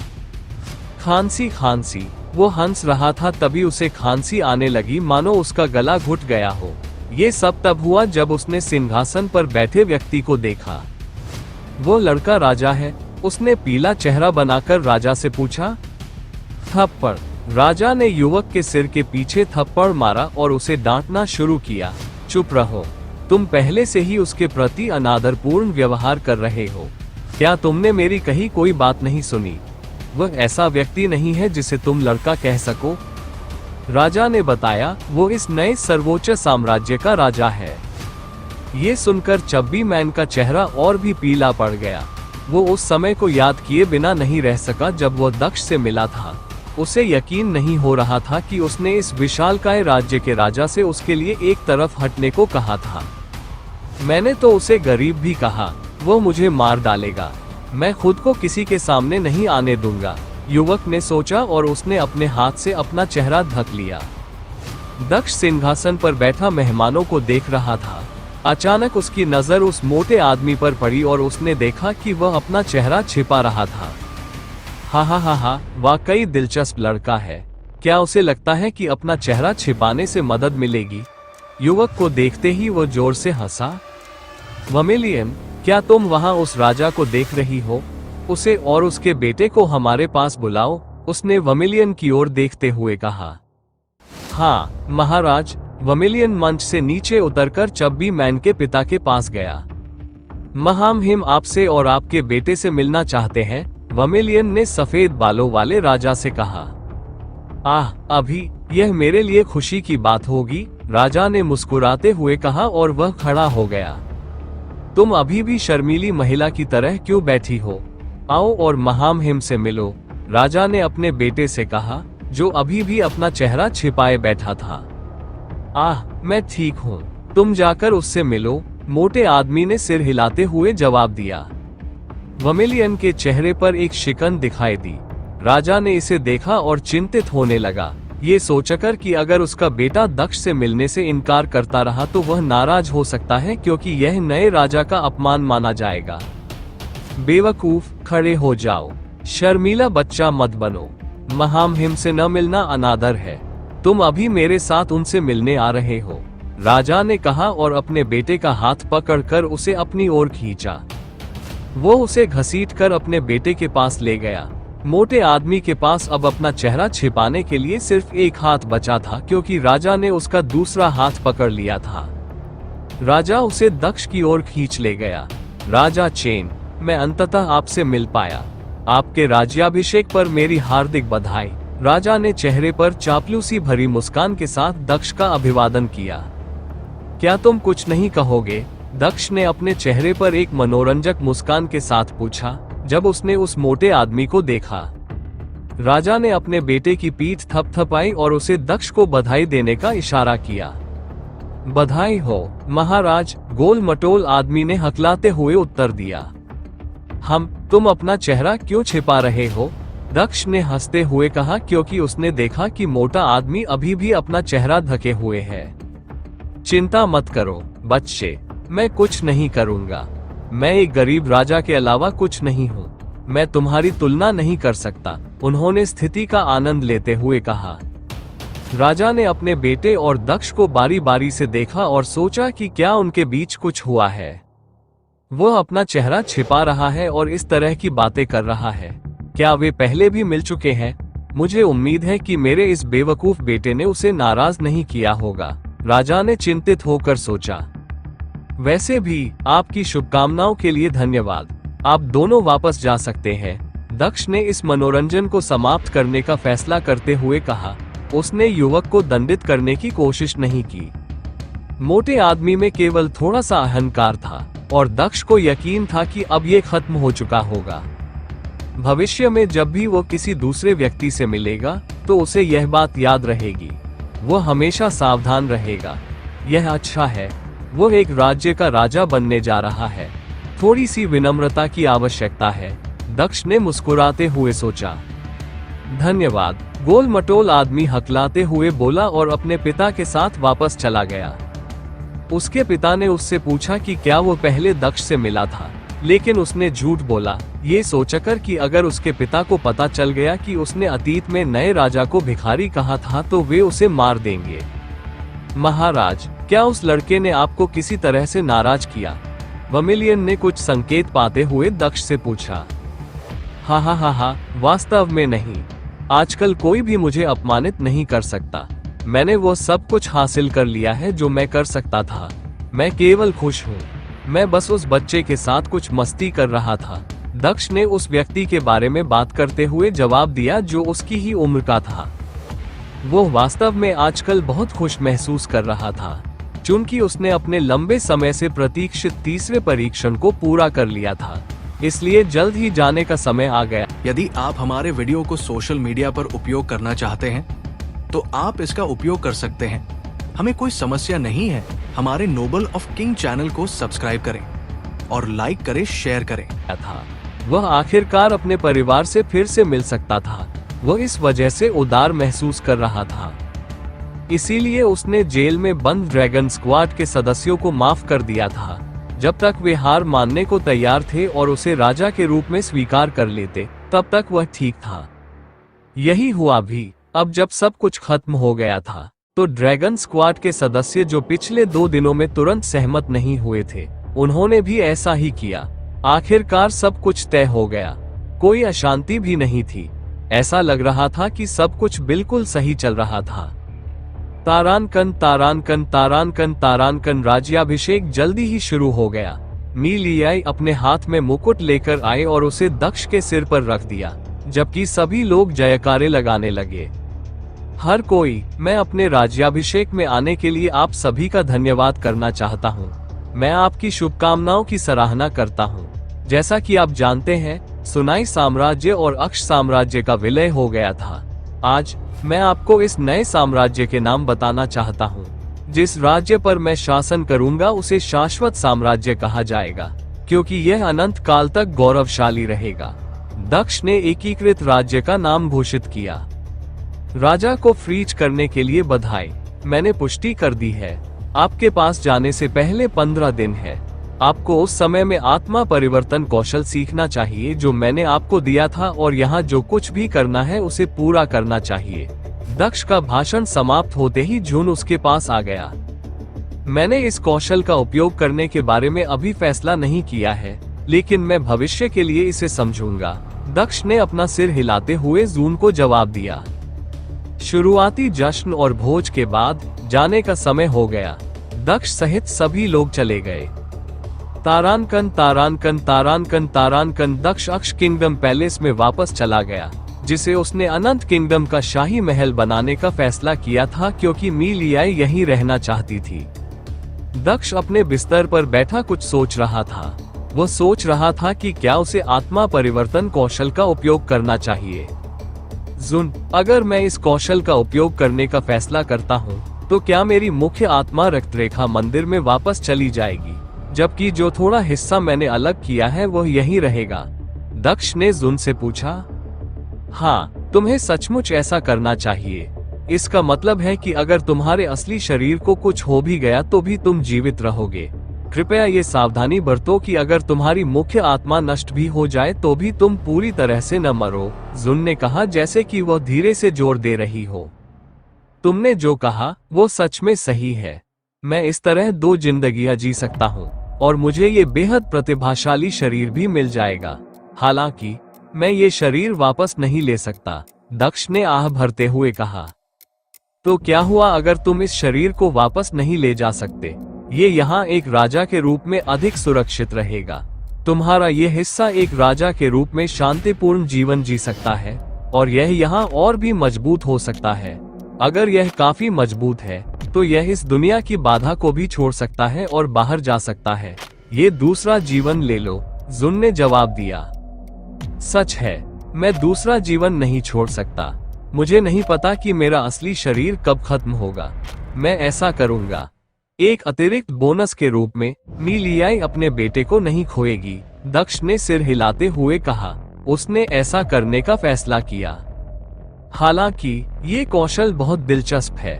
किसने सोचा होगा कि मुझे इसका उपयोग करने के लिए एक हृदय दानव की आवश्यकता होगी? कौन जानता था कि मैं अपने हृदय दानव को भी विभाजित कर रहा हूँ। अपनी आत्मा के एक अंश के साथ मुझे अपने हृदय दानव की एक भावना को भी अंदर डालना होगा। सौभाग्य से हृदय दानव हाल ही में अच्छा रहा है, उसने अपने हाथ को देखते हुए कहा। आप हृदय दानव की कौन सी भावना डालने जा रहे हैं? जून ने दक्ष से पूछा। क्रोध। और क्या? मैं नहीं चाहता कि यह मेरे वास्तविक शरीर को परेशान करे।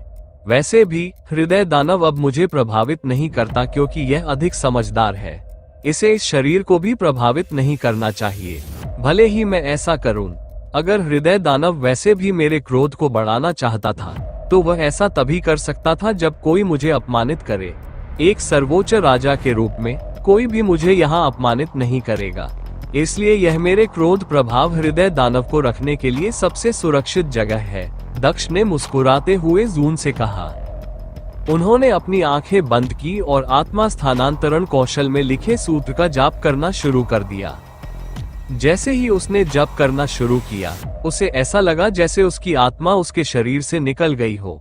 उसने अपनी आंखें खोली, लेकिन उसने जप करना बंद नहीं किया। वह अपने शरीर को अपने सामने बिस्तर पर साधना मुद्रा में बैठा हुआ देख सकता था।